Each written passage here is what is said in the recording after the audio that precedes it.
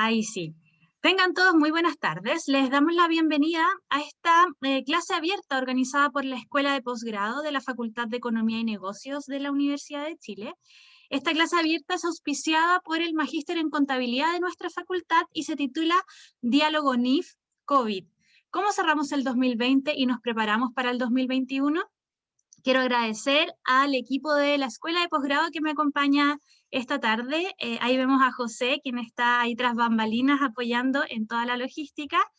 Y también dentro del público nos contamos con todo el backstage que nosotros necesitamos para hacer esta charla.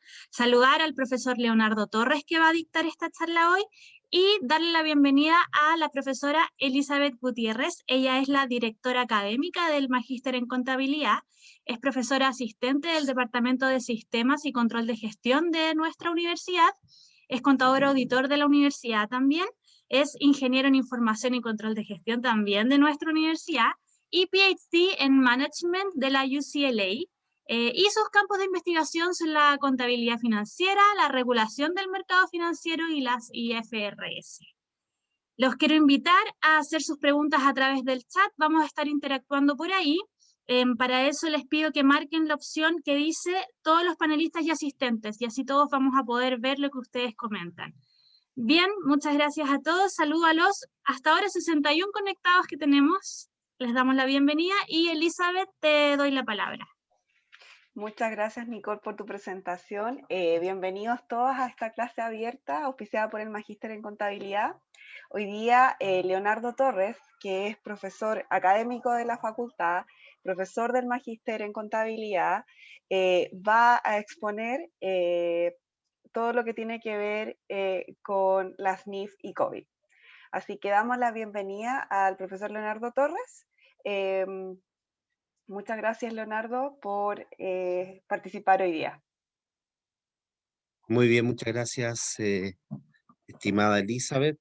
Muy buenas tardes a todas y a todos. Ya va más de un año de que estamos en pandemia, declarada a fines de enero del año 2020, pero no ha pasado y hay todavía muchas interrogantes desde el punto de vista de la contabilidad financiera. La idea en el diálogo que vamos a sostener hoy día es hablar acerca de cómo cerramos el año 2020, cómo lo hemos cerrado, y cómo estamos enfrentando el año 2021 desde el punto de vista de distintas normativas internacionales de información financiera. Así que paso a compartir con ustedes la presentación que nos va a permitir abordar este tema, el diálogo entre NIF y COVID, un diálogo necesario, sin duda, y esta interrogante, ¿no es cierto?, acerca de cómo hemos cerrado el año 2020 y cómo nos estamos preparando para este año 2021, que ya va a llevar 5 meses. Bueno, en la medida en que yo vaya haciendo las presentaciones, tal vez pueden preguntar o después al cerrar la charla. Primero, indicar que la presentación de estados financieros es el gran tema. ¿Cómo presentar estados financieros en un escenario como este, en un escenario tan complejo, tan incierto como este? Ciertamente los usuarios, los stakeholders, esperaban no solo que las empresas dieran a conocer supuestos generales, macroeconómicos, por ejemplo, y cómo han cambiado respecto del periodo anterior esos escenarios macroeconómicos. También esperan los usuarios o stakeholders conocer los impactos específicos de esos supuestos. Y tal vez es lo que no ha estado presente. Yo he estado revisando los estados financieros que cerraron el año 2020 las distintas entidades. Y yo esperaba más, tengo que decirlo. Esperaba una mayor revelación en las notas explicativas. ¿Será que es suficiente? Me imagino que el regulador CMF así lo ha estimado. Me imagino que los auditores también así lo han estimado. Yo soy usuario de los estados financieros. Todos somos usuarios de los estados financieros en la medida en que somos inversionistas. Todos tenemos acciones, acciones de Falabella, acciones de la compañía manufacturera de papeles y cartones, acciones de las distintas entidades que cotizan en la bolsa en Santiago de Chile y también, por qué no decirlo, de entidades internacionales. Nuestros dineros que están depositados activamente en los fondos de pensiones han sido invertidos en distintas entidades y nosotros queremos saber si las notas explicativas que se han dado a conocer son suficientes para poder entender que nuestros dineros están siendo bien invertidos. De allí que la presentación de estado financiero sea algo tan relevante para nosotros, para ustedes. Y bueno, partiendo con esa premisa, algunas clarificaciones respecto de temas más particulares. ¿Qué pasa, por ejemplo, ya que estamos aplicando la norma NIF 9 en la mayor parte de las entidades chilenas, excepto la banca, ciertamente? ¿Qué pasa con la clasificación y medición de activos financieros? Sabemos que la norma NIF 9 incorpora dos criterios para clasificar y medir los activos financieros: el modelo de negocio y también las características contractuales de los flujos de efectivo, es decir, que los activos financieros, que son instrumentos de deuda, tengan características de solo pagos de principal e intereses. Bueno, uno se preguntará, ¿no es cierto?, ¿qué pasa con COVID y con estos criterios? Sin duda que el modelo de negocio de mantener para recuperar es un modelo de negocio que usualmente tienen en cuenta, por ejemplo, las empresas de retail, las empresas que a las que no les interesa vender los instrumentos de deuda. Pero ¿qué sucede en la práctica? Bueno, estamos en un escenario de incertidumbre y pudieran las empresas tal vez empezar a pensar en vender sus activos. ¿Afectará esto la categoría del modelo de negocio? Y la verdad es que la venta de activos financieros por causa del deterioro crediticio no debería afectar la clasificación. Por ejemplo, si tú tienes un incremento significativo en el riesgo a crédito de algún activo financiero, ese incremento significativo en el riesgo de crédito no tiene nada que ver con transgredir el modelo de mantener para recuperar. Tú podrías vender simplemente con el propósito de eh, eliminar ese complejo problema que tienen, ¿no es cierto?, de que se ha incrementado de manera significativa el riesgo de crédito. Pero eso no determina que has pasado a llevar el modelo de negocio y mantener para recuperar. Eso es como una recomendación, un consejo, porque muchos pudieran estar diciendo, oh, tuve que vender 3 activos financieros de mi cartera porque a propósito de COVID se incrementó de manera significativa el riesgo de crédito de esos 3 activos, cuando tu política preestablecida es mantener para recuperar. Y la verdad es que, claro, podría llegar a pensarse en aquello, pero resulta que esa situación es una situación exógena, no es parte de tu modelo de negocio. Y precisamente por esa razón, tú no deberías modificar tu modelo de negocio a partir de aquello. Así que atención con esto que está vinculado a la clasificación y medición de los activos financieros. ¿Qué pasa con la pérdida de crédito esperada, the expected credit loss, que está instruida en la norma NIF 9? Bueno, tú sabes que cuando dos bancos utilizan los mismos supuestos generales, porque la macroeconomía, respecto de su desempeño, respecto a la conducta del IMASEC, las tasas de interés, el desempleo, la inflación, tienen la misma apreciación. Sin embargo, los saldos son muy distintos, los saldos de pérdida de crédito esperado entre un banco y otro, suponiendo que los perfiles de ambos bancos son similares. Bueno, los usuarios en ese escenario requieren información adicional que explique las diferencias entre los ratios de cobertura. La diferencia pudiera estar radicada, por ejemplo, en el perfil de la cartera de los clientes del banco Alfa versus el banco Beta. Por lo tanto, pero los usuarios de la información financiera necesitan saber aquello, necesitan que eso esté explicado en una nota explicativa. Al mismo tiempo, la variación de valor de los colaterales, lo que afecta los given default, la pérdida dado el incumplimiento en los modelos de cálculo de pérdida de crédito esperada, también pudiera afectar este concepto, porque claro, No es lo mismo un colateral instalado en un escenario prepandémico versus un escenario pandémico. Tal vez la relación del valor del colateral respecto de la deuda sea muy distinto y por lo tanto es necesario analizar si esa variación del valor de los colaterales pudiera estar afectando a la pérdida de crédito esperada. Otro aspecto vinculado a la norma NIF 9 es esta ayuda que han otorgado ciertas entidades para el pago de cuotas de créditos hipotecarios o, por ejemplo, de créditos de consumo. La norma NIF es clara respecto de la extinción o no extinción de los pasivos financieros, pero no respecto de los activos financieros.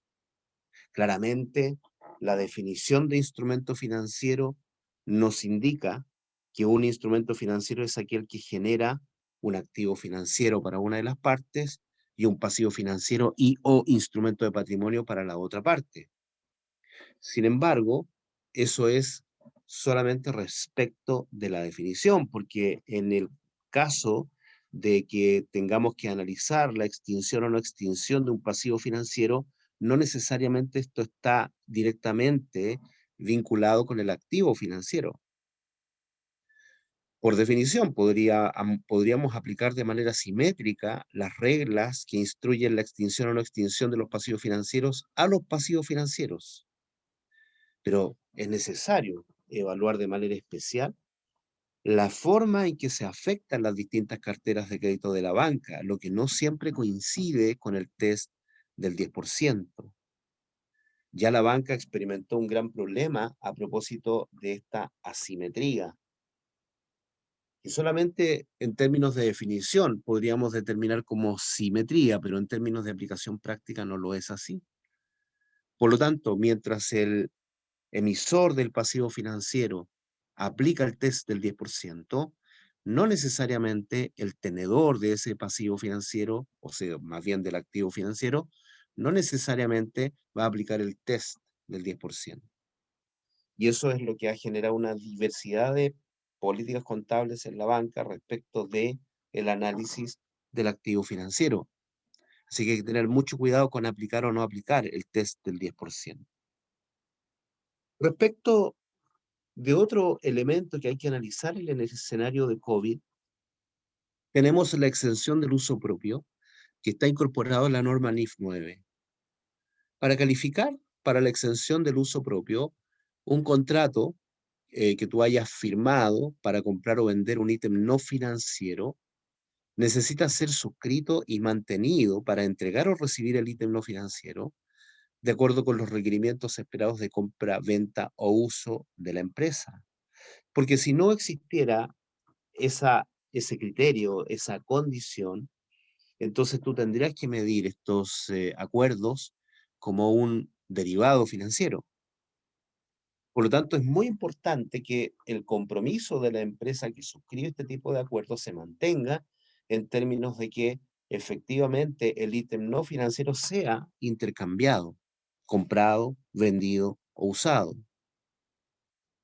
Ahora, pero estamos frente a un escenario de COVID. ¿Y qué puede pasar en un escenario de COVID? Lo que sucede es que puede disminuir la actividad comercial de la empresa. Y ante la disminución de la actividad comercial de la empresa pudiera tomarse decisiones respecto del ejercicio efectivo de la entrega física o no entrega física del ítem no financiero.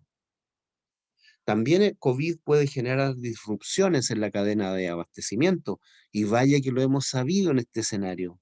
Todos hemos visto cómo la cadena de abastecimiento se ha visto complicada. No nos llegan los productos que queríamos que llegaran, llegan equivocados, llegan en fechas diversas, etcétera. Por lo tanto, la disrupción en la cadena de abastecimiento de alguna manera permite entender que este compromiso de vender o comprar tal vez no se satisfaga y por lo tanto no podríamos hacer uso de la exención del uso propio. Pudiera también disminuir abruptamente la oferta o la demanda. Y a propósito de esto, ya tendríamos que pensar en tal vez no obedecer, ¿no es cierto?, al contrato de la misma manera en que estaba pactado inicialmente. Y tal vez tengamos que cancelarlo o cerrar esos contratos a través de liquidaciones netas por compensación.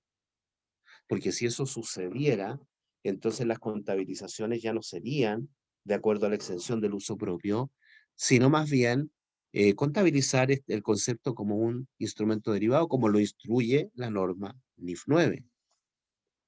Te das cuenta que estos temas, mínimos tal vez en algunas empresas, pero muy importantes en otras, podrían generar un cambio significativo en la contabilidad, en la contabilización, en los efectos de las mediciones y registros contables acerca de la exención del uso propio que no sería aplicable en los escenarios que hemos comentado. Así que cuidado con eso. Al mismo tiempo, la contabilidad de cobertura, vaya, la contabilidad de cobertura podría verse afectada, por ejemplo, cuando estamos aplicando contabilidad de cobertura sobre transacciones futuras altamente probables, porque esas highly probable forecast transactions pudieran no verse concretadas. Tal vez algo que era altamente probable ahora ya no es altamente probable. Y si eso es así, entonces ya no podríamos seguir usando el derivado en el contexto de las contabilidades de cobertura de flujo efectivo, y por lo tanto las variaciones efectivas del derivado tendríamos que empezar a reconocerlas en resultados, con las consecuencias en la volatilidad de los resultados que esto pudiera determinar. Al mismo tiempo, pudiera haber contabilidades de cobertura específicamente dedicadas a ingresos ordinarios. Esa discontinuación de cobertura vinculada a ingresos ordinarios se pudiera producir a propósito de la complicada situación que están viviendo muchas empresas de ver sus proyecciones de venta de alguna manera modificadas en un alto grado. Por eso que la contabilidad de cobertura también pudiera verse afectada, pudiera verse afectada muchas veces discontinuando las contabilidades de cobertura. ¿Ok? Luego, los arrendamientos. ¿Qué pasa con los arrendamientos? Los arrendamientos tal vez corresponden a uno de los pocos tópicos que el Consejo de Normas Internacionales de Contabilidad desde Londres ha revisado a propósito de COVID-19. Porque entendámoslo bien, COVID no es un tema para IASB desde el punto de vista de modificaciones normativas en general. COVID más bien afectó a una norma en particular que fue modificada y que efectivamente se trataba de la norma NIF 16. ¿Qué sucede con la norma NIF 16? Sucede que se generó una enmienda bastante interesante en el mes de mayo del año 2020 que permite que los arrendatarios no hagan un análisis de si las concesiones de arrendamiento constituyen o no una modificación de contrato. Es decir, los usuarios, los arrendatarios de un activo pueden ser beneficiados por parte del arrendador cuando el arrendador permite que el pago de los cánones de arrendamiento se difiera en el tiempo e incluso en algunos casos que se condone esos pagos producto del COVID. Bueno, el problema que se presenta o que se presentaba antes de esta enmienda es que los arrendatarios, cuando se modifica de alguna manera el perfil de pago, deben o deberían haber analizado si es que estas modificaciones correspondían a una modificación de contrato. Porque la modificación de contrato puede estar vinculada tanto al alcance del contrato como a la consideración vinculada al contrato. Y en este caso hay un efecto directo en la consideración. Entonces, el problema no es que haya que analizar o no analizar si hay modificación. El problema está en que si hay modificación, esto representa una complicación para el arrendatario. ¿Y por qué una complicación para el arrendatario?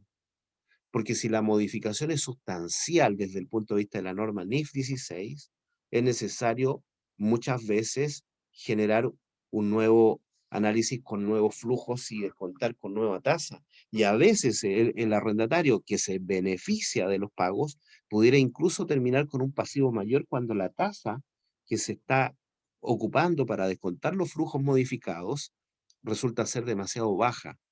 Una cuestión que estuvo bastante presente en esos días del análisis.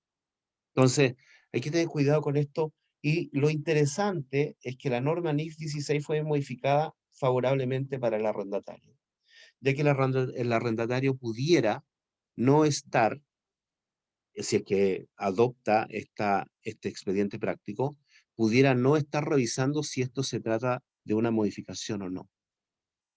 Con eso podría el arrendatario libremente tratar este beneficio que recibe de parte del arrendador directamente en resultados como una ganancia, como una utilidad, que ha sido lo que han hecho la mayor parte de las empresas.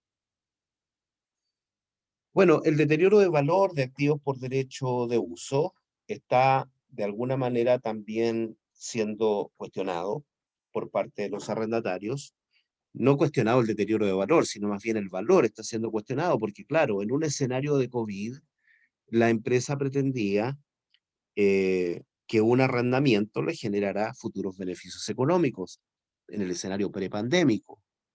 Sin embargo, vino después la pandemia y tal vez muchos activos que comenzaron siendo arrendados con ese propósito de generación de futuros beneficios económicos, ahora deben ser revisados porque los beneficios esperados se han modificado. Y en algunos casos pueden haberse modificado tanto que tal vez el derecho de uso llegue a tener un valor igual a cero. ¿Qué significa que tenga un valor igual a cero? Que el valor del derecho de uso es igual a la depreciación acumulada. ¿Te fijas? Y claro, puede ser que esa depreciación acumulada sea igual al derecho de uso a propósito de que ya no se espera recibir beneficios de ese activo. Podría ser, ¿por qué no? Eso es posible. Eso es posible sobre todo, por ejemplo, en el caso de los locales que son arrendados y en donde el arrendamiento tiene una porción variable. Y esa porción variable no se contabiliza como activo por derecho de uso, sino más bien se contabiliza solo la porción fija. Claro, puede tener un valor igual a cero, pero en estricto rigor se supone que en el futuro en algún momento se utilizará ese local comercial con el propósito de generar beneficios. Sin embargo, se puede mostrar con valor igual a cero. Bueno, la verdad es que esta modificación normativa era aplicable a partir del 1 de junio del año 2020, pero se extendió con una última modificación en marzo del 2021 para todos los pagos de arrendamiento producidos hasta el 30 de junio del año 2022. Y esto específicamente para los arrendatarios. ¿Qué pasa con los arrendadores? Bueno, los arrendadores no fueron afectados, sin embargo, igualmente el arrendador tiene una complicación. ¿Por qué? Porque eh, si bien la exención por este expediente práctico está disponible para el arrendatario, para el arrendador no está disponible. Y eso significa que el arrendador necesariamente debe analizar si hay un cambio en el alcance del contrato de arrendamiento y o en la consideración.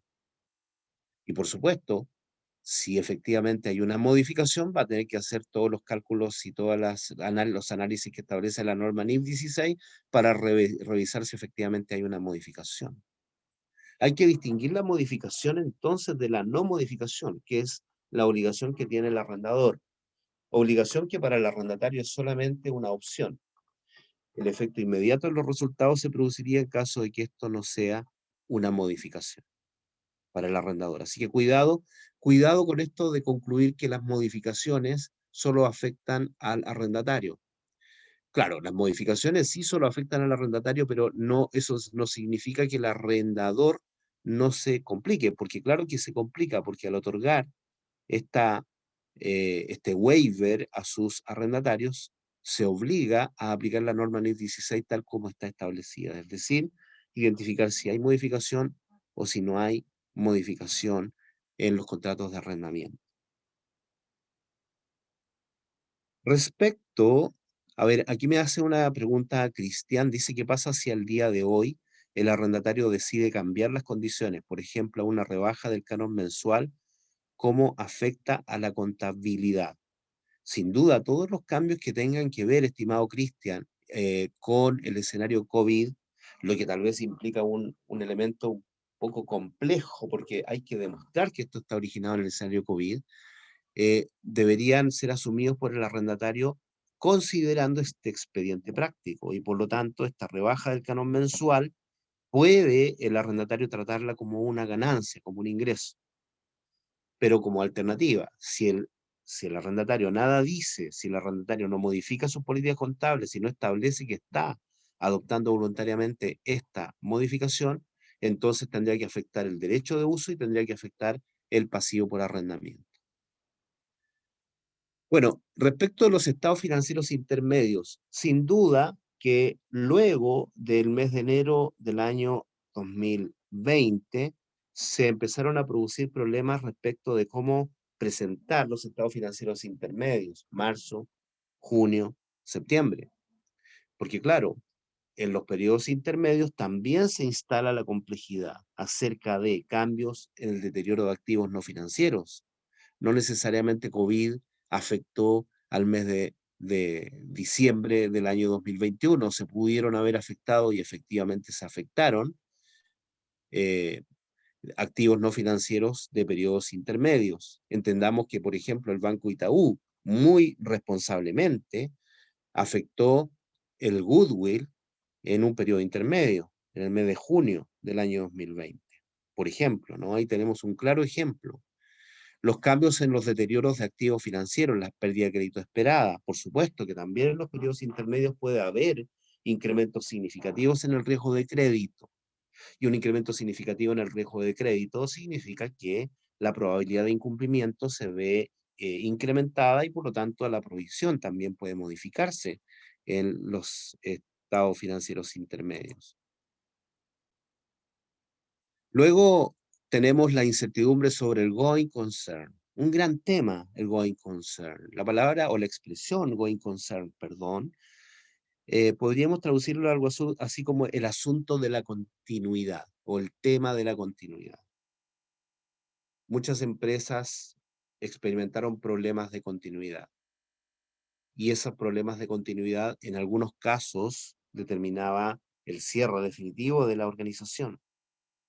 Pero hay muchísimos casos en donde esto no es claro. ¿Cómo yo puedo revisar el tema de la continuidad? ¿Cómo puedo saber si la empresa se ve o no se ve afectada? Este es un tema que puede presentarse también en los estados financieros intermedios. Y hay algunos criterios que ya más adelante les voy a relatar, deben ser tenidos en cuenta a propósito de este gran tema del going concern. Las mediciones de valor razonable pudieran ser afectadas, por ejemplo, cuando la medición de valor razonable equivale al descuento de los flujos futuros, y esos flujos futuros ya han sido modificados porque los presupuestos, los forecasts de la entidad se han revisado, y no son los mismos que habían al 31 de diciembre del año 2020, 2019, por ejemplo. Y ahora, durante este año, también pueden haberse modificado los forecasts y los budgets que estaban de alguna manera determinados al 31 de diciembre del año 2020. Estas modificaciones pudieran de alguna manera ser analizadas en los directorios en periodos intermedios y por lo tanto esto pudiera generar efectos considerables en las mediciones de valor razonable que dependen de las proyecciones de flujo de efectivo. Perdón. Respecto de los hechos posteriores, recordemos que los hechos posteriores son todos aquellos que ocurren después del cierre del trimestre o del año y antes de que se autorice la emisión de los estados financieros. Por cierto, la característica macroeconómica de ciertos hechos genera incertidumbres en la clasificación de hechos ajustables versus no ajustables. Y aquí tenemos un gran problema. Porque, ¿cómo analizamos si los hechos posteriores a un cierre determinado serán ajustables o no ajustables? La norma dice, serán ajustables en la medida en que esos hechos posteriores estuviesen instalados al cierre anterior. Pero ¿cómo puedo saber si una variable macroeconómica estaba o no instalada? Los economistas son expertos en proyectar distintos escenarios, catastróficos y no catastróficos. Desde ese punto de vista nosotros podríamos concluir que siempre estuvo instalado. Pero desde el punto de vista de la incertidumbre, podríamos concluir que no estuvo siempre instalado ese concepto. Entonces, la discusión es muy política, la que se presenta con respecto a los hechos posteriores, y es necesaria una reunión entre quienes deciden acerca de si los hechos posteriores efectivamente son ajustables o no son ajustables. Por ejemplo, la pérdida de crédito esperada de las cuentas por cobrar, la obsolescencia del inventario, el análisis del deterioro, las estimaciones de consideraciones variables me refiero a los precios de venta variable que una empresa establezca para sus productos o sus servicios, y los contingentes, aquellos elementos contingentes que están vinculados a la entrega, por ejemplo, de alguna garantía. Todos estos conceptos se pueden ver afectados después del cierre de un trimestre o año determinado, pero podrían haber estado de alguna manera instalados al cierre del año anterior, y por lo tanto, de esa manera se podría considerar que se trata de hechos posteriores ajustables. Los hechos posteriores no ajustables, mucho cuidado, deben revelarse si son materiales. ¿Y qué es esto de la materialidad? Para poder analizar el tema de la materialidad es muy importante revisar el documento que el Consejo de Normas Internacionales de Contabilidad ha emitido para evaluar cuándo un concepto es material o cuándo no es material. Eso es la materialidad o no materialidad, a pesar de ser algo tremendamente conceptual, debe ser discutido al interior de la organización. Ha habido modificaciones importantes respecto a este hecho. Hoy día nos vamos a juntar a las 6:30 de la tarde para revisar los temas nuevos y que, entre otros, aborda el tema de la materialidad. Bueno, eso a propósito de la norma NIC 10. Respecto de el estado de resultados que está contenido en la norma NIC 1, es muy importante advertir que la norma NIC 1 establece que hay que separar, no habla de COVID-19 ciertamente, pero hay que separar aquellos efectos que sean muy relevantes cuando sea posible hacerlo. En el caso de COVID-19, los gastos vinculados a COVID-19 deberían ser separados, y si no es posible separarlos, entonces deberían ser revelados en las notas explicativas para que el lector de los estados financieros entienda qué concepto está incorporado en los resultados, pero que podría afectar la comparabilidad posterior cuando el escenario ya no sea pandémico. No utilices el concepto de gastos extraordinarios o resultados extraordinarios, porque ya el párrafo 87 de la norma NIC 1 lo prohíbe. Aquí todo es operacional. Respecto del going concern, y abundando un poco más en el concepto que yo te mencionaba anteriormente, debe demostrarse, según lo indica la propia norma, NIC 1, la entity's ability to continue. Es decir, si tú quieres evaluar si tu empresa está afectada por el going concern, entonces debes analizar cuál es la capacidad de la empresa para continuar operando. Pero ¿cuáles son los factores que se deberían considerar para analizar si la entidad pudiera seguir operando? Bueno, la capacidad de endeudamiento actual de la empresa y el cumplimiento de los covenants. Ese es un aspecto tremendamente relevante, porque si hoy día la empresa no tiene capacidad para endeudarse y para satisfacer los covenants que está enfrentando, habría un criterio que nos impulsaría a entender que hay una gran afectación del going concern de la empresa en marcha. Pero a esto debemos agregar, además, no solo eso, sino también la capacidad del endeudamiento futuro de la entidad, además de la capacidad de las contrapartes de otorgar financiamiento, porque muchas veces una empresa puede decir, yo no tengo problemas para continuar, porque me respalda mi matriz. ¿Pero qué pasa si la matriz tiene problemas para continuar? Obviamente, ese argumento no va a ser suficiente. Si a mí me dicen que me respalda mi matriz, tengo que analizar, tengo que irme hacia arriba y analizar si efectivamente la matriz tampoco tiene problemas para continuar. Porque de lo contrario el argumento se cae. Recuerden ustedes que las normas internacionales de información financiera tienen una base sólida sobre el concepto de empresa en marcha. Cuando la empresa ya no puede continuar operando, las normas o el edificio normativo se desmorona, se viene abajo. Estas normas se aplican solamente a empresas que no tienen problemas para operar, porque las empresas que tienen este riesgo del going concern tan elevado que van a quebrar o van a terminar, no se les puede aplicar la norma internacional. ¿Cómo podrías determinar la depreciación? ¿Cómo podrías determinar la amortización? ¿Cómo podrías proyectar flujos de efectivo, por ejemplo, si a la empresa le quedan solo 2 o 3 meses de vida, 8 meses, menos de un año? Precisamente por eso que el análisis del going concern es tremendamente importante, porque todo se cae, todo el edificio se derrumba y los estados financieros que deberías preparar deberían ser preparados en función de la legislación de la ley de quiebras, por ejemplo, y no en función de la norma NIC 1, NIC 2, NIC 7, NIC 10, etc. ¿Ok? Por eso te digo que es tan relevante el asunto de la continuidad. Respecto de los ingresos ordinarios, que están ciertamente instruidos por la norma NIF 15, de reciente incorporación desde el año 2018, la pregunta más importante es, ¿hay modificaciones de contratos? Porque tú puedes haber tenido muchos clientes, pero en el escenario pandémico te empezaste a complicar con cumplirle a esos clientes. Los clientes podrían exigirte una modificación de contrato, porque no les gusta cómo les estás respondiendo. Por eso la pregunta se torna tan relevante. ¿Hay modificaciones a los contratos? Y cuidado, porque si hay modificaciones de contrato hay que verificar que estén aprobadas. A la norma no le gusta que tú le digas que los contratos se modificaron. Tienes que respaldar esas modificaciones. Ambas partes, porque acá son dos partes y no una las que contratan. No una como lo había supuesto la Polar cuando se generó el fraude de la Polar en junio del año 2011. Son dos partes contratantes y ambas deben estar manifestando de manera explícita y formal que están de acuerdo con la modificación.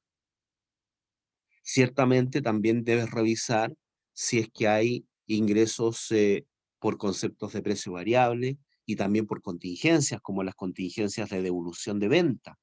Seguramente en muchas entidades de retail las devoluciones de venta se han incrementado en la pandemia. Entonces, esas contingencias, esas devoluciones de dinero a los clientes también pudieran haber variado. Hay que analizar la incorporación de nuevas obligaciones de desempeño. Hay empresas que no estaban haciendo delivery y ahora sí comenzaron a hacer delivery. Por lo tanto, la incorporación de este concepto, de esta nueva eh, obligación de desempeño, pudiera complicar un poco más el análisis del ciclo de ingresos de la empresa. La extensión de los términos de pago, a propósito de esta especial circunstancia que estamos viviendo respecto de cómo pagar, de en qué plazo pagar, todo esto puede haberse modificado. No podemos nosotros decir que estamos bajo el mismo escenario del año 2019. El ciclo de ingresos, el ciclo de pagos, el ciclo de cobros se ha afectado sin duda. Por lo tanto, en el control de gestión es necesario reorganizar desde el punto de vista de los mapas conceptuales, de los layouts, de la estructura corporativa respecto de cómo se enfrenta la cotidianidad en las órdenes de compra, las órdenes de venta, etcétera. Es necesario reestructurar todos estos análisis. Costos adicionales por disrupciones en la cadena de abastecimiento podrían también afectar a la organización. Recuerda tú que la organización tiene que tener en cuenta que los ingresos, en muchos casos, sobre todo en los contratos de largo plazo, se contabilizan en función de los grados de avance. No siempre es así, pero en muchos casos el grado de avance es el concepto que me va a permitir determinar cuál es el ingreso ordinario que tengo en un periodo determinado. Los costos adicionales que se hayan generado por disrupciones en la cadena de abastecimiento, que es importante para el proceso de construcción en una obra, por ejemplo, determinada, no debe incluirse en los grados de avance. Recuerda que muchas veces los grados de avance se determinan dividiendo el costo real de un proceso de construcción por el costo presupuestado. Sin duda, claro, muchas empresas creativamente querrán incorporar en el numerador del ratio el costo total, incorporando incluso las disrupciones producidas en la cadena de abastecimiento, lo que significaría un gran costo, pero ese gran costo incrementaría el grado de avance, aun cuando el avance no sea efectivamente el que que está representado por ese cociente. Así que cuidado con los grados de avance en los procesos de construcción para aquellos casos en donde se ha roto la cadena de abastecimiento con un costo significativo. Respecto a las combinaciones de negocio, recuerda que cuando se efectúa una combinación de negocios hay que hacer un análisis de valor razonable de todos los activos adquiridos y todos los pasivos asumidos. Y ese análisis de valor razonable tiene que generarse a través de la aplicación de la norma NIF 13 de valor razonable, sin duda, la medición de valor razonable que incorpora los distintos enfoques y las distintas técnicas de medición, porque en alguna de esas técnicas de medición tendrás que usar una tasa de descuento que pudiera haberse afectado por el escenario de COVID. Y también, ¿por qué no decirlo? Los propios flujos proyectados pudieran haberse modificado. De hecho, el goodwill proveniente de combinaciones de negocio pudiera generar deterioros en periodos intermedios, tal como ya les había anticipado, de manera muy correcta lo ha hecho el Banco Itaú en el mes de junio del año 2020. Cuidado con los análisis de pasivos contingentes o escrows. Recuerda que los escrows son aquellos compromisos de enterar el precio de una combinación de negocios cuando se genera un aseguramiento, una parcialidad del precio de compra a propósito de ciertos conceptos que no se han tenido por satisfechos en la parte del due diligence de la combinación de negocios. Esos pasivos contingentes tal vez podrían diferirse cuando la empresa está enfrentada a problemas para responder a sus compromisos. A propósito del escenario COVID, cuidado con los escrows de combinaciones de negocios emergentes. Respecto de los activos no corrientes mantenidos para la venta, contenidos en la norma NIF 5, básicamente hay que analizar si es que la empresa va a seguir manteniendo estos activos no corrientes mantenidos para la venta en esta línea del activo corriente. ¿Cómo? Revisando si se han cumplido las condiciones. Recuerda que las condiciones para que un activo se mantenga en la línea de activo corriente, específicamente para los ítems no corrientes mantenidos para la venta, son las siguientes: que exista el propósito de vender o llevar a cabo la venta en un plazo máximo de 12 meses, por ejemplo, que el precio de venta sea un precio de venta conveniente para el potencial comprador, que esté establecido un plan formal de venta de los activos que están implicados, por ejemplo. ¿Me fija? Todas estas condiciones y otras más deben satisfacerse para poder mantener estos activos dentro de esa línea de activo corriente. Y sin duda que tal vez algunas de esas condiciones no se van a satisfacer. Una de las más relevantes es la de que el activo sea vendido en un plazo no superior a un año. Obviamente, si la empresa demuestra que ha estado esforzándose por vender el activo y demuestra que ha hecho publicaciones y que ha hecho seguimiento al esfuerzo de venta, podría mantener este activo no corriente por otro plazo adicional. Pero eso es un análisis que hay que hacer. Ahora, obviamente, si es que la empresa determina que no va a seguir intentando vender, porque la verdad es que es relativamente difícil, podría regresar el activo a su categoría anterior, y en ese caso hay que revisar los efectos de reversión de esa clasificación, y esas reversiones podrían haberse debido al escenario de COVID. Por cierto, si se mantiene la clasificación de activo no corriente mantenido para la venta, podría haberse afectado el ítem en su valor, a propósito de que siempre el activo no corriente mantenido para la venta debe medirse al costo o al valor razonable menos costo de venta. Si el valor razonable menos costo de venta es inferior al costo, tendrá que reconocerse por la diferencia una pérdida por deterioro. Respecto de los activos intangibles de NIC 38, es muy importante analizar cualquier deterioro de valor, especialmente de aquellos activos intangibles que se encuentran en proceso de desarrollo, en donde estamos obligados a aplicar el test de deterioro. Y ciertamente en un escenario de COVID esto podría ser perjudicial para la empresa. Aun cuando es tan variado el tema de la tecnología, de la informática, de lo digital, que hay muchos intangibles que pudieran haber sido fortalecidos en el escenario de COVID. Bueno, te decía yo, los cambios en el desarrollo de intangibles pudieran producirse si es que es intangible que se pretendía instalar en un proceso normal, en una empresa sin pandemia, en este caso podría haberse afectado porque el escenario ha cambiado. También el análisis de ciertos intangibles como los core deposits en la banca. Recuerda que los core deposits en la banca corresponden a aquellos clientes leales que se mantienen.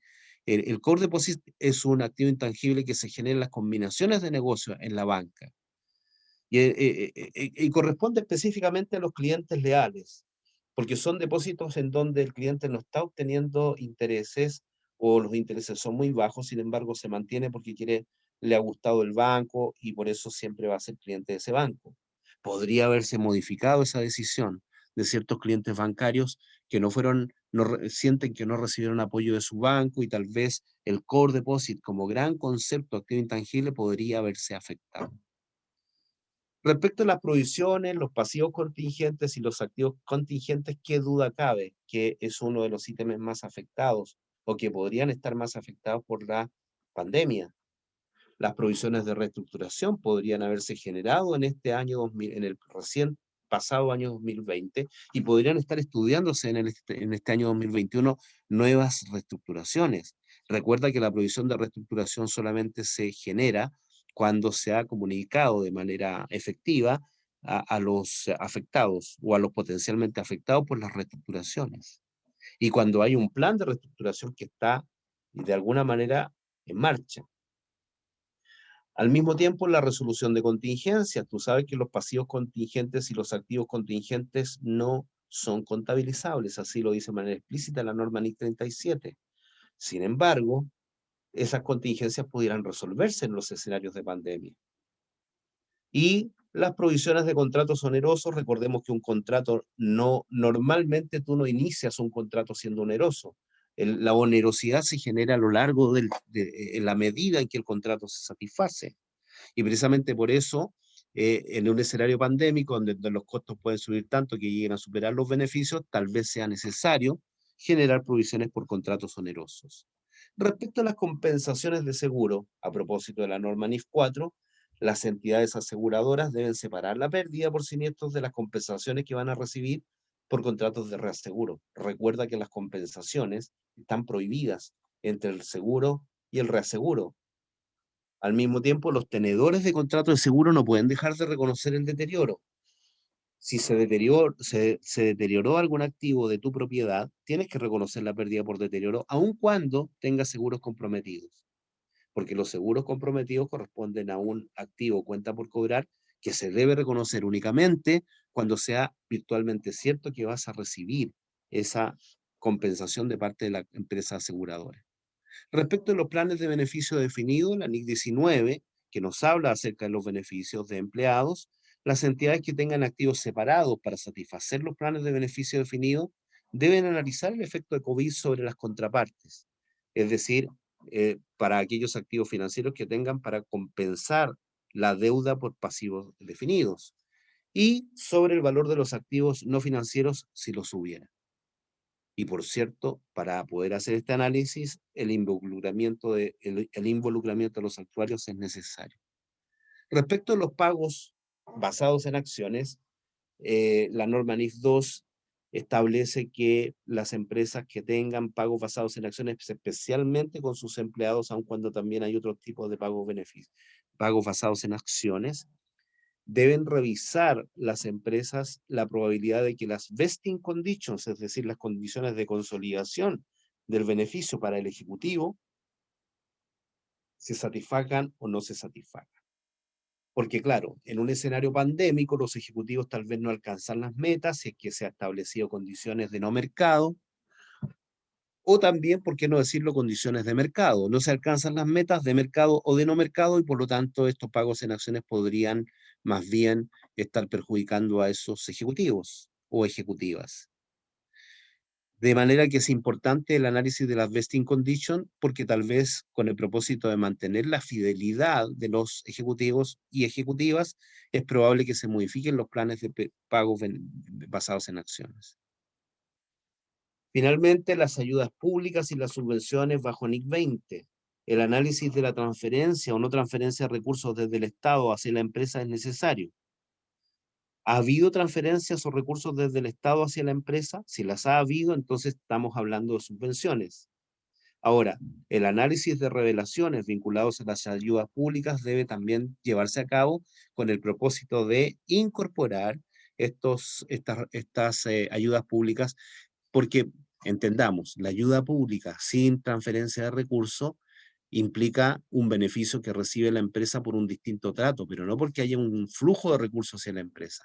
Ya hemos sabido que hay tratos distintos con tasas de interés en algunos casos, con plazos extendidos, con una garantía estatal. Esos no son transferencias de recursos, son más bien ayudas públicas sin transferencia de recursos. En ese caso hay que revelar adecuadamente en las notas explicativas. Y es necesario además analizar la probabilidad de incumplimiento de condiciones para las subvenciones condicionales. Recuerda que el Estado muchas veces entrega subvenciones, pero bajo la satisfacción de alguna condición en particular. En un escenario pandémico, que duda cabe que tal vez muchas de esas condiciones no van a ser o no están siendo satisfechas. Y en ese caso, evidentemente, se va a tener que generar el registro contable adecuado. Bueno, disculpa la velocidad con que yo he transmitido esta conferencia, pero es una gran cantidad de temas. He escogido los temas más relevantes para que los tengas en consideración. Y bueno, nada más que agradecer tu presencia en esta conferencia y solicitar que si tienes alguna pregunta, a ver, déjame ver, no sé si hay preguntas. ¿Es posible acceder a la grabación? Ah, ya no, esas no eran preguntas para mí. A ver, por favor, me indican si tienen alguna pregunta, no sé si hay algún moderador acá. Guillermo Rebollido siempre está ahí como contraparte moderando también. Buenas Sí. tardes Hola Leonardo, ¿cómo estás? ¿Me escuchas bien? y claramente. Oye, bueno, mientras la audiencia a lo mejor se atreve con alguna pregunta, a mí me gustaría aprovechar un poquito el vuelo de los temas que tú comentaste, porque de alguna manera, aunque hay un recorrido normativo, ¿cierto? Hay dos eventos relevantes y me gustaría que ahondaras en los dos en la medida que puedas calzarlo. Uno, referente a la NIF 16, porque le diste al clavo con que la mayoría de las compañías hoy día tienen un problema que no es la norma en sí, sino que tienen una situación de mercado que está cambiando y que por lo tanto puede hacer una volatilidad en los costos de los arriendos. Y aquí te quiero preguntar lo siguiente.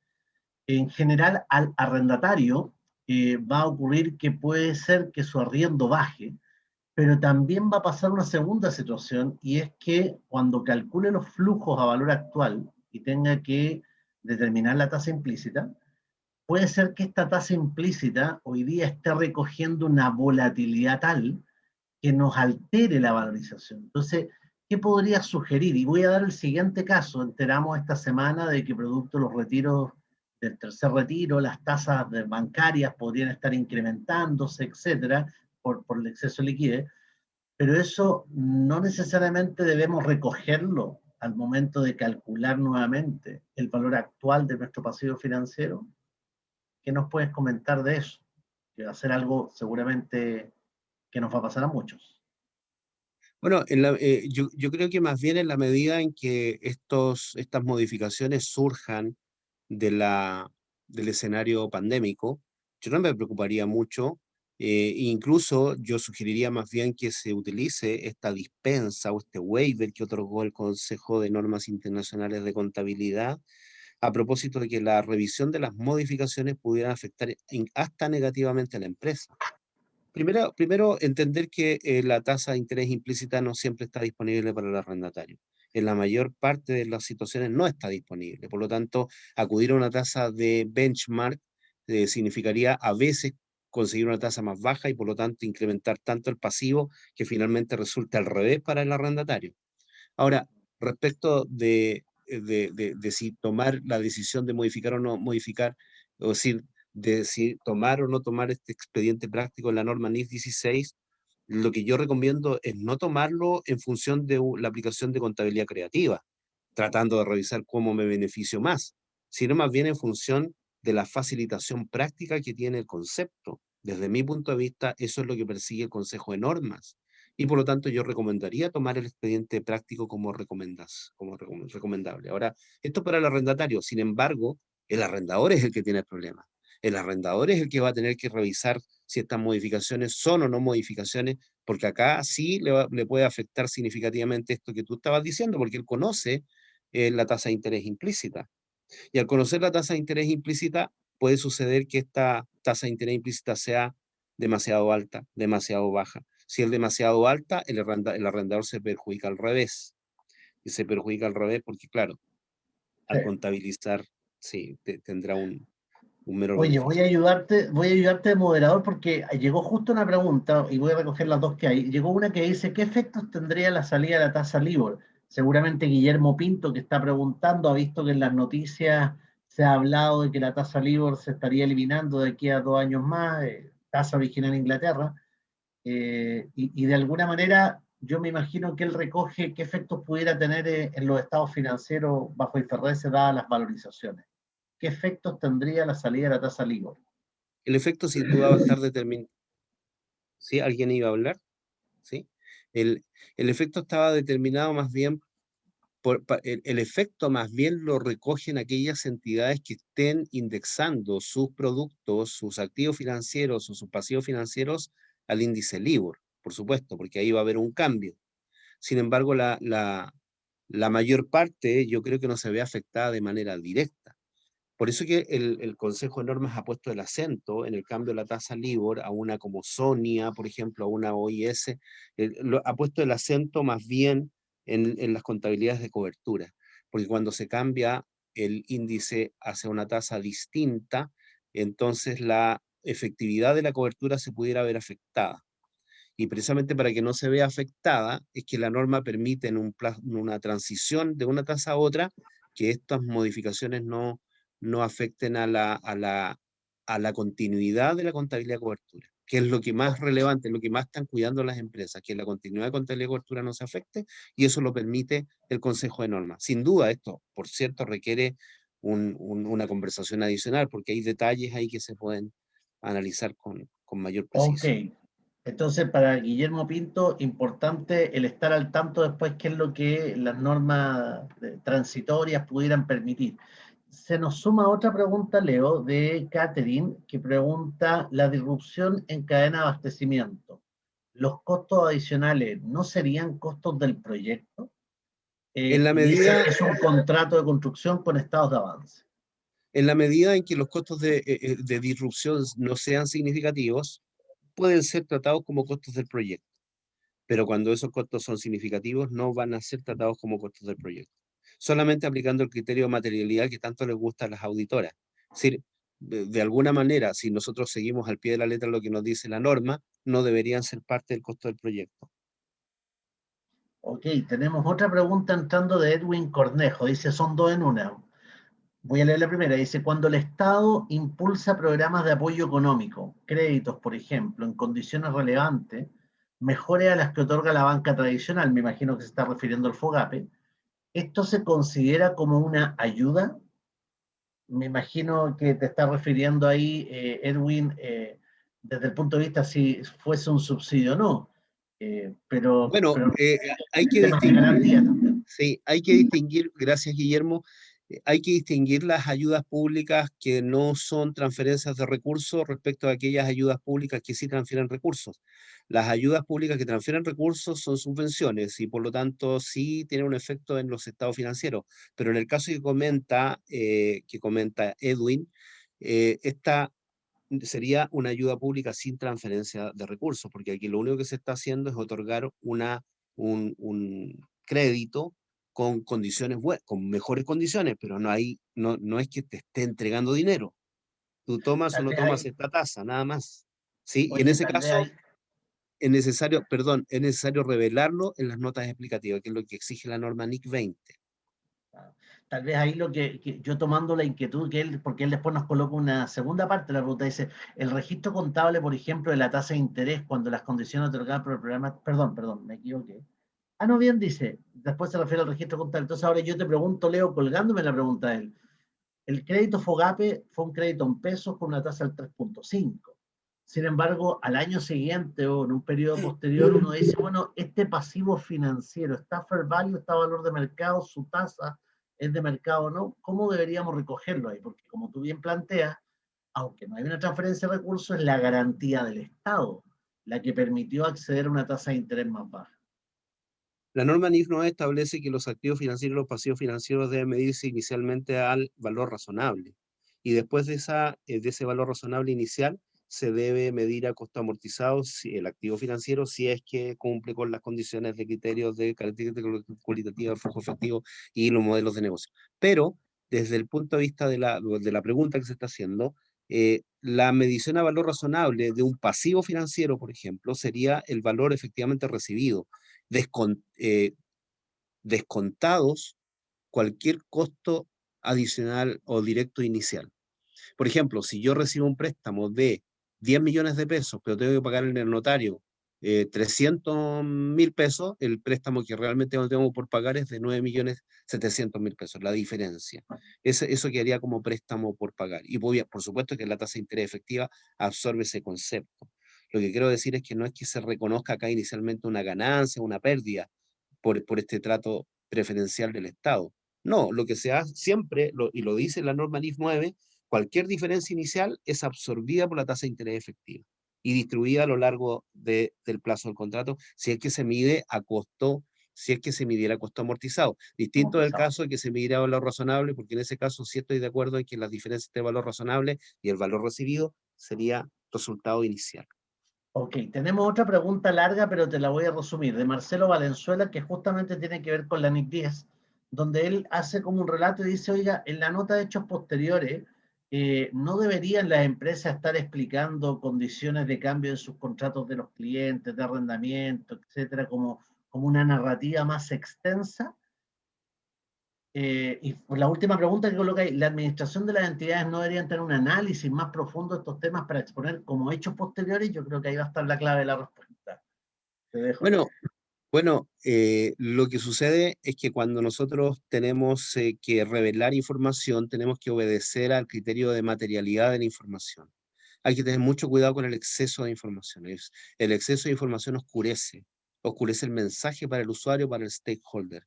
Por lo tanto, toda esta información que se ha indicado de cambios en los términos del contrato, las revisiones acerca de los contratos con clientes y con los arrendadores, etcétera, claro, son temas relevantes, son temas importantes, pero no necesariamente materiales. La palabra material acá es muy, muy clave para poder hacer estos análisis de relación. En este momento hay una discusión tremenda en Londres y también en el FASB y también, por no decirlo, en el FRAG en Europa, acerca de todos estos temas de revelación. Porque hay información que no se está mostrando, como por ejemplo la información no financiera, que también puede ser relevante, y también hay muchos temas que son exceso de información que oscurecen. La palabra oscurecer está por primera vez incorporada en la norma internacional a partir del año 2020, y efectivamente mucha información puede oscurecer el relato para los usuarios. Así que yo tendría cuidado allí. Sí. Esta respuesta no se puede responder de una sola vez. Hay mucho por detrás, dependiendo de cada uno de los temas que menciona Marcelo. Sí, ahora me gustaría agregar, si me lo permites, y para Marcelo, es que efectivamente cuando hablamos de hechos posteriores también nos referimos que hay hechos posteriores ajustables y no ajustables, o revelables y no revelables, y hay que tener en cuenta que sean hechos que gatillaron un registro, una condición antes del 31. Entonces, cuidado Marcelo, que si muchos de estos eventos son eventos que ocurren después del 1 de enero, pero con una situación nueva, no que están cerrando un tema pendiente, tal vez ni siquiera calificarían como hechos posteriores ajustables o evaluables. ¿Ya? Después hay un par de preguntas, Leo, o yo diría más comentarios. Hay una que ya respondimos. Edwin vuelve a preguntar algo respecto del registro de la tasa y tú lo comentaste respecto del costo amortizado fair value, y que es lo mismo que Catherine también preguntaba. Decía, respecto a los créditos garantizados por el Estado, ¿cómo conversa con el fair value? En realidad recién lo comentó Leonardo, que en realidad va a depender de registro de costo amortizado fair value propiamente tal. No sé si habrá alguna otra pregunta. Yo me he querido sumar en esta etapa para poder un poquito, que haya dos caras conversando, para el que expone, que en este caso es Leonardo. Él siempre tiene una excelente disposición a responder, pero es distinto tener a alguien al frente, así que no sé si habrá alguna otra pregunta.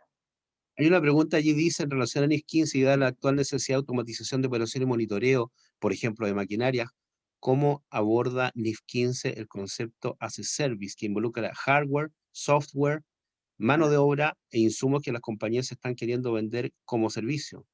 Bueno, la verdad es que esta pregunta también es algo compleja, pero normalmente el concepto de as a service, que surge de las aplicaciones de software, fue un poco complicada inicialmente de analizar. Sin embargo, en la medida en que este software as a service sea generado con un proceso de customización, de personalización para quien lo está adquiriendo, puede ser calificado efectivamente como un activo y se activa. Sin embargo, cuando es el concepto de servicio el que se presta por una tercera parte y que está sirviendo como un contrato ejecutoriado, no sería activable como un activo intangible. Entonces, la participación del usuario en la confección, en el diseño, en todas estas etapas de, qué sé yo, que las metodologías Agiles que se están adoptando tanto en la auditoría como en la industria de la computación, de la estructuración de softwares, allí claramente la característica personalizada del diseño y la construcción de este tipo de software permitiría entender que sí se trata de activos intangibles.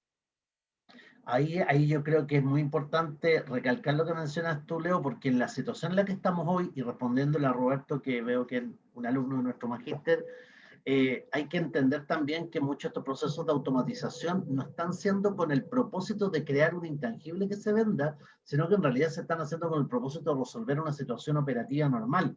Entonces, en ese escenario, ¿cierto? Es altamente probable que muchas compañías, ¿cierto?, automaticen, pero no pensando en un as a service extendido, sino que pensando en una solución particular.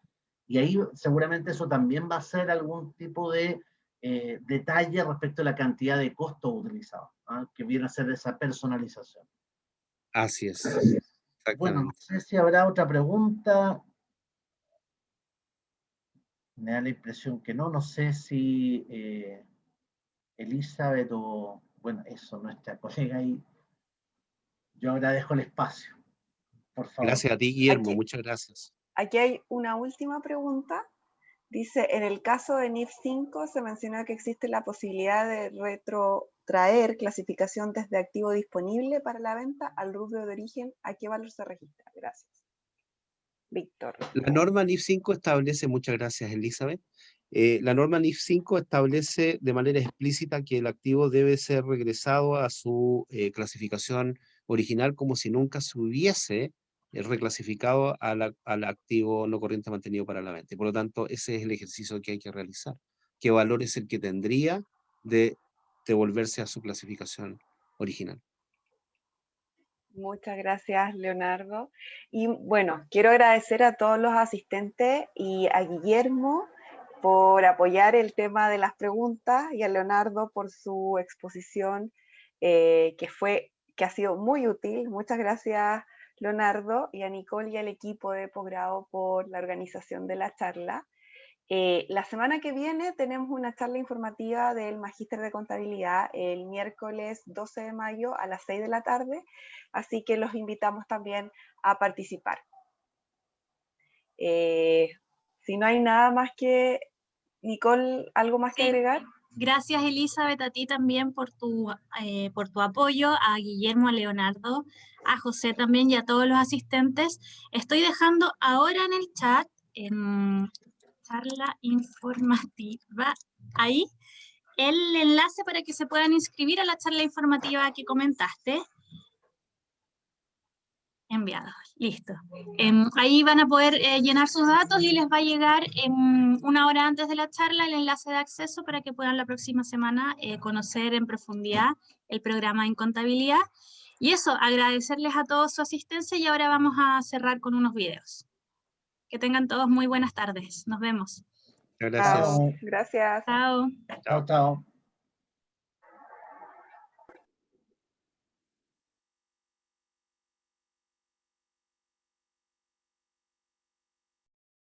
Un egresado y que ha pasado por nuestro programa Magíster de Contabilidad está en condiciones de incursionar y desarrollar el conocimiento contable financiero en varias áreas o aristas. Principalmente entregamos los elementos suficientes para que él se desarrolle en un alto estándar ejecutivo y de gobierno corporativo. Por lo tanto, estamos hablando de profesionales que puedan ostentar o utilizar la posición de gerente corporativo de contabilidad o gerente de control financiero, o incluso perfeccionar el desarrollo de un gerente de administración y finanzas. Y en el ámbito de la regulación o en el ámbito de la consultoría, también esto permitirá que nuestros profesionales egresados del programa puedan estar en condiciones de ahondar en los cambios normativos y los análisis que el mercado requiere.